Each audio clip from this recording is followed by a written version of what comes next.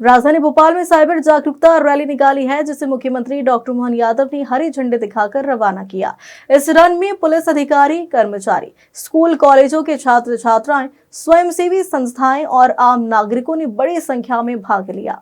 Cyber सुरक्षा को लेकर मध्य प्रदेश पुलिस द्वारा साइबर जागरूकता रन का आयोजन किया। इस कार्यक्रम का शुभारंभ मुख्यमंत्री डॉक्टर मोहन यादव ने हरी झंडी दिखाकर किया। यह मैराथन प्लैटिनम प्लाजा से शुरू होकर टीटी नगर स्टेडियम पर समाप्त हुई। भारत सरकार द्वारा अक्टूबर माह को राष्ट्रीय साइबर जागरूकता माह के रूप में मनाया जा रहा है। इसी क्रम में इस दौड़ का उद्देश्य नागरिकों को डिजिटल सुरक्षा और साइबर अपराधों से बचाव के प्रति जागरूक करना है। इस रन में पुलिस अधिकारी, कर्मचारी, स्कूल कॉलेजों के छात्र छात्राएं, स्वयंसेवी संस्थाएं और आम नागरिकों ने बड़ी संख्या में भाग लिया। इस अवसर पर मुख्यमंत्री डॉक्टर मोहन यादव ने कहा कि अब समय जेब नहीं, मोबाइल संभालने का है। पहले हम भीड़ में अपनी जेब का ध्यान रखते थे। आज डिजिटल युग में मोबाइल और डाटा की सुरक्षा सबसे बड़ी जिम्मेदारी है।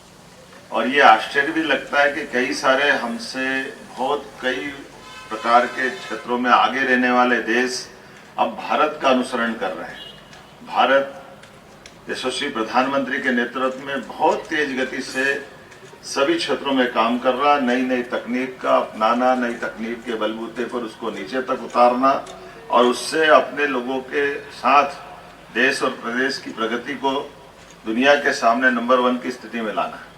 उदाहरण के लिए कोविड का समय हमने सबने देखा। कोविड के टीकाकरण के आधार पर कई सारे विश्व के बड़े बड़े देश, अमेरिका, इंग्लैंड, सबने हमारे इस पूरे बढ़ते दौर को देखा और उससे लाभान्वित होने का और बात के रिजल्ट के आधार पर अब ये डिजिटल पेमेंट और डिजिटल जिस ढंग से माहौल बना है, ये भी दुनिया के लिए आश्चर्य का विषय है कि वही भारत है जो 10-15 साल पहले कहाँ खड़ा था। लेकिन इसकी चुनौतियां भी है। अब ये यशस्वी प्रधानमंत्री का अपना तरीका भी है। एक तरफ वो नई तकनीक को अपनाने के लिए सबको प्रेरित करते हैं, दूसरी तरफ नई तकनीक की चुनौतियों से देश को भी जागरूक करते हैं। और ये जो हमारा साइबर अपराध का बढ़ता दौर है, इस साइबर अपराध में हमको अपनी तकनीक को न छोड़ते हुए तकनीक के बलबूते पर उस पर कंट्रोल करने की जरूरत भी। तो पूरे देश को अक्टूबर माह में साइबर अवेयरनेस की दृष्टि से ये बड़ा कार्यक्रम उन्होंने दिया है और उस कार्यक्रम का आज आखिरी दौर है। लेकिन आखिरी नहीं, अभी तो शुरुआत है। ये मान के चलें कि हमारे सबके आसपास 24 घंटे चारों तरफ ये इस अपराध के शिकार लोग भी हो रहे हैं और वो कैसे कैसे प्रकार के क्या क्या तरीके लगाते हैं, कितना अटपटा लगता है। ये मालूम पड़ा बैठे बैठे आपको कहाँ डिजिटल अरेस्ट कर लिया और किस किस को फंसा लेते हैं।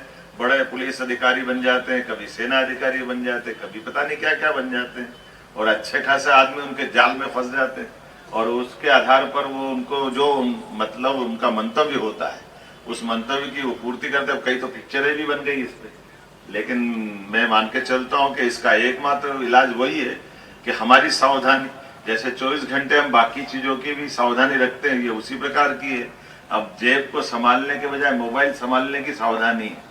गया जमाना जब जेब कटी से हम अपनी जेब के लिए भीड़ में ध्यान रखना, वो करना, 50 तरह की सावधानी रखते थे। अब हमारी इस प्रकार की नई तकनीक के बलबूते पर स्टेज 2 की सावधानी रखेंगे तो निश्चित रूप से आगे बढ़ेंगे। मेरी अपनी ओर से इस पूरे आयोजन की बधाई। बहुत बहुत धन्यवाद। मैं आज रन फॉर अवेयरनेस साइबर अपराध के लिए खासकर यहाँ मध्य प्रदेश सरकार के स्पोर्ट्स और पुलिस विभाग द्वारा संयुक्त रूप से यशस्वी प्रधानमंत्री ने जो साइबर अपराधों के प्रति जागरूकता के लिए अक्टूबर माह में अभियान चलाने का निर्णय किया था, उसका समापन और दौड़ के लिए आया था। और इस अभियान के माध्यम से एक तरफ हम जब नई तकनीक अपनाने की तरफ लोगों को प्रेरित करते हैं तो उस तकनीक की चुनौतियों से जिसका दुरुपयोग होता है, ऐसे अपराधों को रोकने के लिए ये बहुत अच्छा अभियान चलाया गया। और कितना सरल हेल्पलाइन नंबर 1930 अगर ये रिलीज किया, जिसमें इस आधार पर हम अपने सभी प्रकार के साइबर अपराधों की जानकारी से पुलिस से जुड़ करके इन अपराधों पर नियंत्रण का काम करें।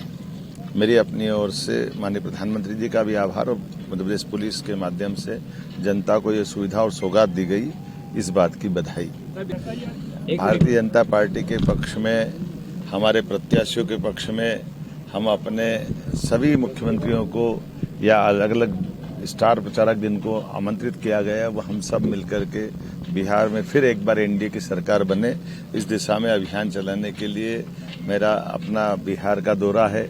और जिस प्रकार से बिहार का हजारों साल पहले से हमारा मध्य प्रदेश से संबंध है, हमारे यहीं से अशोक 2200 साल पहले यहाँ से युवराज बन करके सम्राट बनने बाद में बिहार गए, पाटलिपुत्र में सम्राट बने और अशोक का सुशासन दुनिया ने देखा है।